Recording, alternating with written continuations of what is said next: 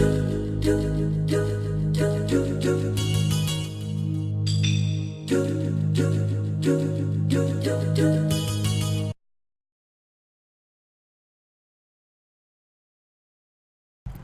everyone, welcome back to another episode of Canadian Gamers, our lovely little podcast where we talk about anything and everything we can possibly think of. Well, for all of you guys listening, this is kind of a messed up podcast because in reality, we actually recorded a podcast that was like probably over an hour long. And, well, something happened with the software that we use and it glitched. So basically what you're going to have here is a conversation about superheroes and the superhero movie craze that's going on right now, and basically how Marvel and DC are differing from one another. So I'm going to let Steven start this off. Man of Steel came out, I think it was 2 years ago or last year. I'm not actually sure. It might have been last year because I got it. I got you that for Christmas, right? So it probably was last year. Yeah. And it got mixed reviews. Some people really like it. Some people hated it. I really liked it. And they finally announced, when they revealed a Batman versus Superman poster or just a header, you texted me and I got really excited because as comic book fans might know, when there's fight scenes between Batman and Superman in the comics, they usually are some of the best stories you'll ever read. So I always wanted to see that on the big screen. The problem I have now is it seems like Warner Brothers or DC or whoever's taking care of the movie business want to skip a few steps. They want to get to Avengers right now because Avengers, as you know, is one of the highest grossest movies of all time. And they want to make a GLA movie, and they should. The thing is, Avengers started with Iron Man 1, which came out, 6 years before Avengers or something like that? Something like that. And now what they want to do is they have this amazing sequel planned up, and instead of being Batman versus Superman, it's basically going to be Batman versus Superman is going to be in the background while they introduce a bunch of GLA characters in the hopes of making a GLA movie really soon. And I think it's going to destroy the movie because if you have, just think back of Spider-Man 3 and stuff like that, if you have too many characters in a movie that you are already introduced, like Avengers already, all these characters got their solo movies, everybody knows about them, so it was perfect. There was no origin bullshit, it was just an action movie that was fantastic. This one, it's looking like they're going to take most of the time introducing characters after characters after characters. I think we have Wonder Woman that's going to be in it, I think we have Aquaman, I think we might have even Flash and the Martian Manhunter and other characters. I'm not sure, I'm just saying stuff out of the top of my head, might be bullshit right here. Maybe you know more about this, but what do you think about that? What do you still have hope for that movie? Okay, well, here's my thing. I mean, I appreciate what DC's trying to do in the sense that they don't want to just be another Me Too type of thing like what Marvel's doing. Okay, fine. I appreciate that. But the thing with Marvel, the way they tackled their movies, it felt like a universe. They did it just like their comics, right? So like you said, you had your Iron Man movies. They were directed by Jon Favreau, well, at least the first two. Then Shane Black did the third one. You had different directors for Thor. You had a different director for The Incredible Hulk, and so on and so forth. So when these characters, like you said, they already had their origins, they had their own takes. In the sense of Iron Man, I mean, he had a whole other movie. So he had his origin movie, plus he had a follow-up movie, and then he was... well, wait a sec. Was Iron Man 3 before or after Avengers? It was after Avengers, right? Avengers. Yeah, okay. Anyways, the point is, these characters were established within one greater universe. And then when they all got together... You didn't have to scratch your head and say like, oh, well, that's impossible. They could never, that doesn't make any sense. It's impossible. And it worked. I mean, it worked really well. There was a lot of talented people involved and so on and so forth and whatever. And right now, Marvel, in one way, it looks like they can do no wrong. Even like characters that nobody knows, Guardians of the Galaxy, I have a feeling that movie's going to make like $200 million. Because it's right now it's being very smart, or intelligently marketed, and again it's got that same sort of feel that it does belong within that same universe, if you will. With DC, the problem that I have is like what you said. I feel that they're skipping 14 movies. Like they're like, we need something bankable, and we need something bankable right now. The only characters who have been 100% confirmed, and I might be wrong myself, but the last that I knew for a fact that were going to be in the movie is Superman, Batman, Wonder Woman, and Aquaman. Now, to me, even the title has been changed. It's Batman v Superman, or whatever, Superman versus Batman, Rise of Justice, or something like that. And it's like, well, why the hell didn't you just call it Justice League?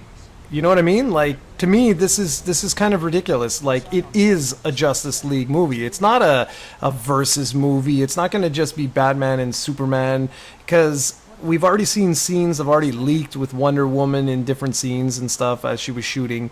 And I'm just like, this is a JLA movie. Like, there's no, what is it, like JLA Light or something like that?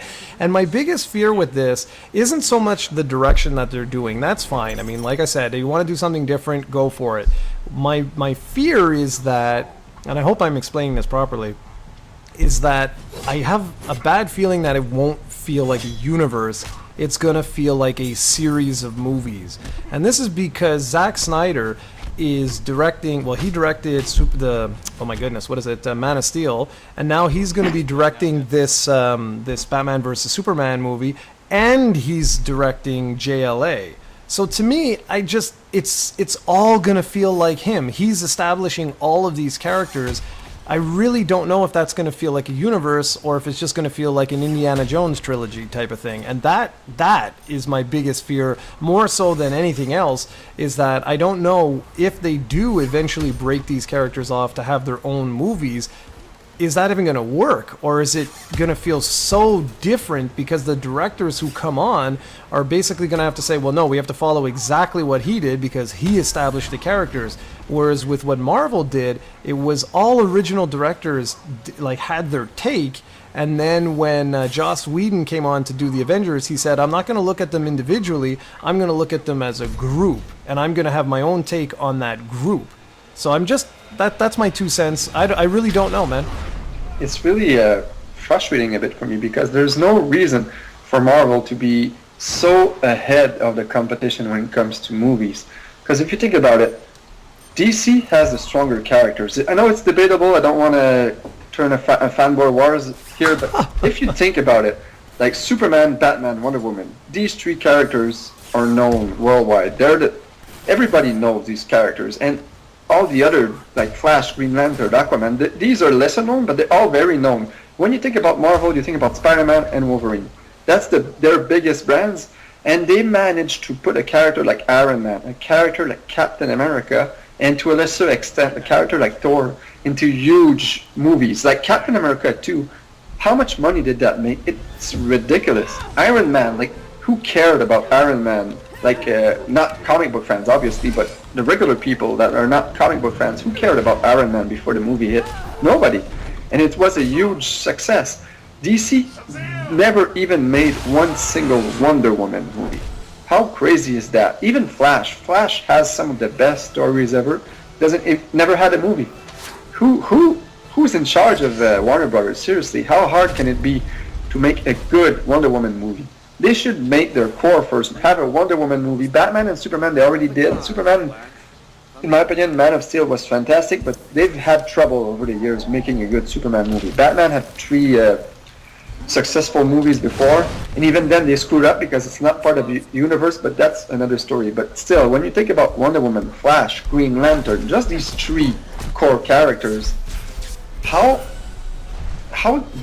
is it that they never made a movie about these 3 characters? If they would have, like, they could have a Justice League movie next year if they would have already done their homework. It's not, it just bothers me. I don't even know how to explain this, that Marvel is so ahead of them when it comes to movies, and they have debatably like lesser known characters than DC. You know a lot more about me than comics, so you might be able to shed some light here, but it's been puzzling me. Okay, well, do you want to know? I'll tell you the honest truth. The problem with DC as a whole is that DC has been owned by Warner Brothers for decades and decades and decades. With Marvel, no one owned Marvel until recently, where Disney bought them over, but Disney made a pact where they said, you know what, you guys are doing so well that, just go for it, kick some ass, have a good day.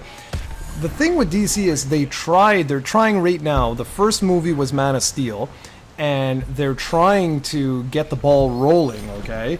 Because they got the lady who did the Harry Potter series there. She's the one who's like kicking off this thing. She's now running DC, and she's trying to basically follow what Marvel did in terms of getting more comic book writers on board, getting the guys, the creative minds who made these series, getting them more involved. But the problem is they're still having issues. I'm going to throw some numbers your way, okay? Now, the first Iron Man movie was the first movie where Marvel broke out on their own, where they made the movie, okay? And they knew what their plan was going in to make Avengers, right? So this is when they had enough capital, they didn't need to go to Paramount, they didn't need to go to Universal and all these things in order to get the funding to make the movie. They made the movie themselves, and they used these other companies in order to distribute the movie worldwide, okay? The original Iron Man, keep in mind, like you said, this is not the Holy Trinity. The Holy Trinity, for anyone who knows comics, is Superman, Batman, and Wonder Woman. They're referred to as the Trinity for a reason, because they're some of the oldest characters in all of comic bookdom, or whatever you want to call it, and everyone in the world knows these characters. You just have to show a picture of Wonder Woman in Japan, and they'll know who that is. Or in China, or in India, or anywhere in the world. It's the way it is. If you show them Iron Man before, what year was it released? 2008. Before 2008, I doubt very many people would have known, except for like big comic book fans, who Iron Man was. So keep that in mind, right? All right. When Iron Man was released, when it did its whole thing, its worldwide box office total was $585 million. Keep in mind, this is a movie that no one knew who the character was, right? 585 million. Man of Steel, featuring the world's most popular superhero, okay, under the direction of this new producer and this new, cohesive universe and blah, blah, blah, blah, it made $668 million. Do you see? That's not even $100 million difference between the two movies. We're talking the world's most popular superhero compared to a B-list character.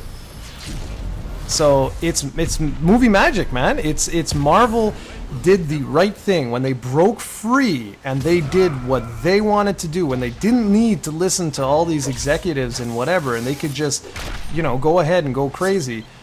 They were just able to do the impossible. And with DC, the problem was they're still following a lot of that corporate BS, and I'm hoping it doesn't shoot them in the foot, because look at some of the other movies that they made during the last little while, like Green Lantern, okay?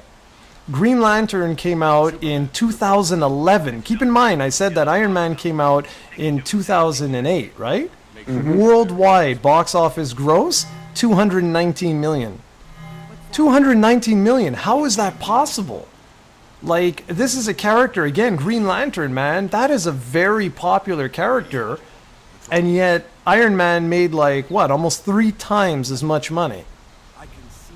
It's got to do with the way they're handling their properties. And that's why right now, it's not funny when the executives at DC say, well, we're not sure if Wonder Woman, the brand, is strong enough to stand on its own. Are you effing kidding me? This is a character. This is one of your holy trinity who's been around for 70 goddamn years, not strong enough to stand on her own. Give me a break. Yeah, that's crazy. A Wonder Woman movie done well would just kill at the box office. I have no doubts. So, I don't know, man. Right now, the only thing that DC has been able to do that has done, any amount of money is Batman. That was pretty much it. Everything else has been very lackluster. And even The Dark Knight Rises didn't do as well as they expected. Because like Dark Knight Rises made 1 billion, what was it, $84 million, whereas The Dark Knight... Oh no, I'm wrong, sorry. It made $80 million more. I'm sorry. I thought it was a little less. But still... That's still a lot of money, though. Yeah, it is. But I want to show you something, okay? Keep in mind that what did I just say? It was 1,083 million, right? Mm-hmm. Okay, Iron Man 3. Would you tell me that Batman is as popular as Iron Man? Batman is even more popular. Exactly. Iron Man 3, worldwide, box office, 1.2 billion. Yeah, that's just crazy. Exactly. How they can turn a character like Iron Man into someone that makes more money than Batman, which is probably the second most popular character after Superman. Exactly. So, no, exactly. And Captain America, to give you an idea, okay? You said, how did Captain America do? The last Captain America movie is at $711 million. Yeah, that's...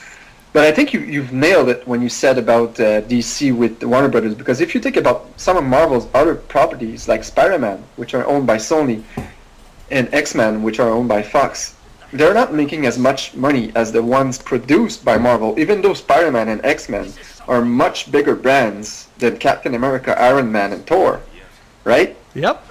And Spider-Man 2, what did it make? Like, I don't think it made close to $1 billion even. I'll tell you. Just loading it up. Come on. Of course, there's always a delay.